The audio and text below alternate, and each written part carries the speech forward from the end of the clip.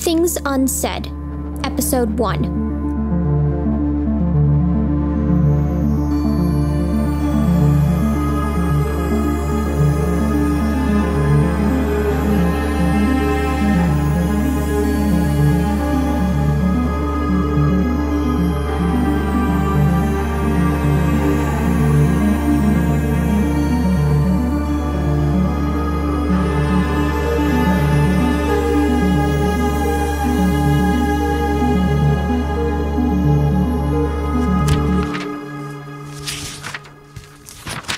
Paige here.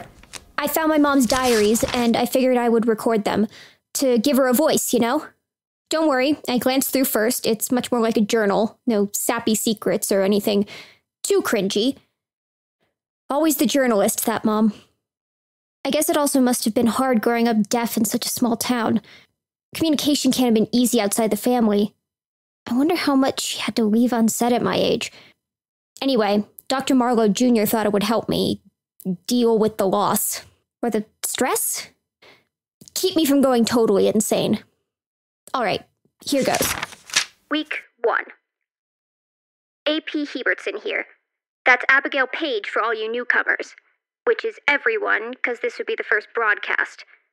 Oh, and then there's a note in the margin that says, geez, I need to get better at this jazz. Okay. A.P. Hebertson here, that's Abigail Paige, first broadcast. Well, Dr. Marlowe Sr. said this sort of thing would be good for me. Getting my thoughts down when I can't take any more of keeping things to myself. And Dad ran with that. I want this to be almost like a journalist's observations. But my history teacher, Mrs. Beaupre, said a reporter should always be aware of what his or her background is. So, about me. I'm obviously not the most important part of the news. I just have to tell people the truth. No one needs their face or their speaking voice to keep others in the know. And the kids around here want to know what the truth of our life is. What's going on? When did Mark get that tattoo? Why is Mr. Jones such a... Oh, well, she crossed that bit out. Must be a teacher of hers. Continuing on. Anyway, I don't really like that gossip aspect. I'm not going to work for a tabloid, and Dad insists I start small. But I still think there's something up with Jones.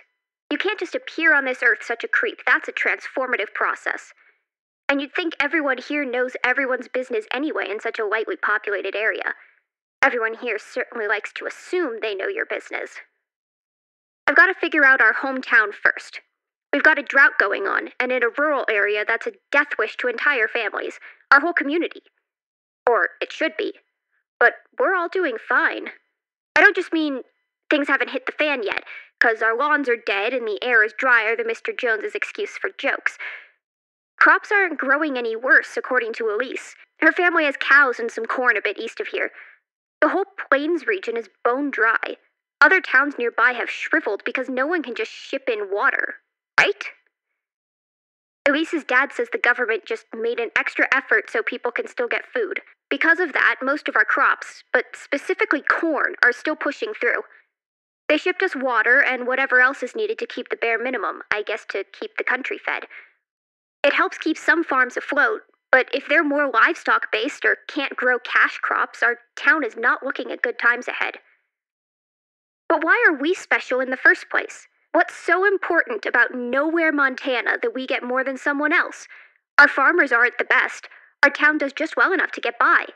I have to look into this breaking news. Next is always supposed to be soft news. Let's see. Band camp started this week. That's how we all found out about Mark's tattoo. He insisted that if he was sweating, he needed to take his shirt off in case the colors ran. Pretty suspicious. And Maggie asked one of her cousins, and that's actually the worst thing you can do for a new tattoo. Friggin' Mark just wanted to show off. Poor sap will pay the price soon. Literally. He'll need to get it touched up or it'll get crustier than Mr. Jones. But back to band camp. News is slow otherwise, but I'm sure it'll pick up when school starts again. In the meantime, though, tryouts for drum majors are this week, and I've been documenting the process like mad for the school paper. You don't have to hear to see a band work, or even report on them.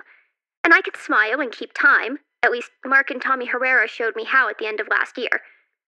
I'm hoping that being able to participate and be knowledgeable about school functions will help me become the editor-in-chief of Bozeman News this year. I've been practicing and taking pictures and editing, but I'm still worried the school newspaper's editor position will become some other member of the board's girlfriend. That's how it goes. But this segment isn't about politics. All right, that's enough for this first installment. If any of my stories have more details come to light, I will update the listeners. AP Hebertson signing off. End week 1. Well, glad to see things never changed in the world of high school politics. I'd also like to make sure this whole tattoo thing is on the record, because you better believe Mom will be hearing about this when she gets home. If she was so knowledgeable about how tattoos worked, then she had no reason to have flipped when I got mine. I guarantee I was more careful than a high school boy. Any high school boy. Good to see Dr. Marlowe's, both senior and junior, had the idea of journaling feelings. Would have thought psychology or medicine advanced a bit over an entire generation, but, guess the human brain is pretty consistent. It should make me feel better that Mom did the same stuff around my age, but she didn't have a parent go missing. Feels a bit like using a Band-Aid for a cut in a broken leg. Let's keep going. Week 2. Hello again. AP Hebertson here with the weekly updates. School prep is going strong as it can. I'm deputy editor-in-chief, so I guess I can't be too disappointed. That's still pretty good. I'll definitely get to be editor-in-chief at some point, probably next season when there are a lot of sports and Maya is busy. Maya, the current editor-in-chief. Well, she hasn't been mean about it at least.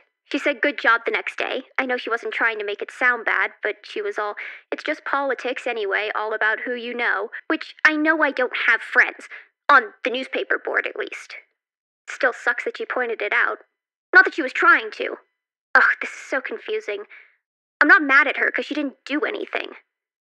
I never should have gotten into gossip. This is a reputable news business. The canned food drive is going to start soon, and I think I'll talk to Ms. Ponce about running the sorting business. Community service looks better on a college resume anyway. But I don't really care about any of that. There's so many new things in the world that are so much better. Have you heard about the CIA? Well, okay, everyone has heard of the CIA. I mean the thing they just announced. About their research developments in space. Not that aliens exist, so far. Just that they, the CIA, they have a department for researching what's going on in space. Like with planetary movements and how far we can travel. Even speculations on what they might find. They confirmed all those secret agent people believe there's something out there. Maybe not even super far. I want in. Obviously, the CIA won't give out that information to us civilians or whatever they want to call us, so I'm going to join them. I found a program for the summer, and all I have to do is promise 1.5 times the length of the program in service for the CIA after I graduate college. Job security after graduation? That's a gift, not a contract. So I sent the application in. Took 3 weeks. These guys want so much from me. I had to talk to all sorts of people at school to get transcripts and early letters of recommendation, all this red tape garbage. Lots of essays about who I am as a person, why I want this job, what I want for my future, the whole 9 yards. I think I'd make a good agent, honestly. I mean, anyone who's got secrets would be safe with me. Who am I going to tell? I'll never talk. Literally. End of week 2. Dang, I knew Mom was into discovering the truth, but that's some X-Files level aspirations. I wonder if she got in, but I'll have to wait. That's enough for today. I'm starting to miss Mom a lot more, even seeing her old handwriting. What'd I give to see her sign again? Dad's trying his best, though I know he feels the same. God, his wife is gone. I can't even imagine. This episode of Things Unsaid was written and recorded by Julia Wallach. Music, sound design, and editing by Daniel Farrell. Want to show your support for our show? Follow us on Twitter at UnsaidCast and Instagram at Paige by Paige Gilbert for updates and bonus content. If you would like to advertise at our program, feel free to message any of our social media pages. Thanks for listening.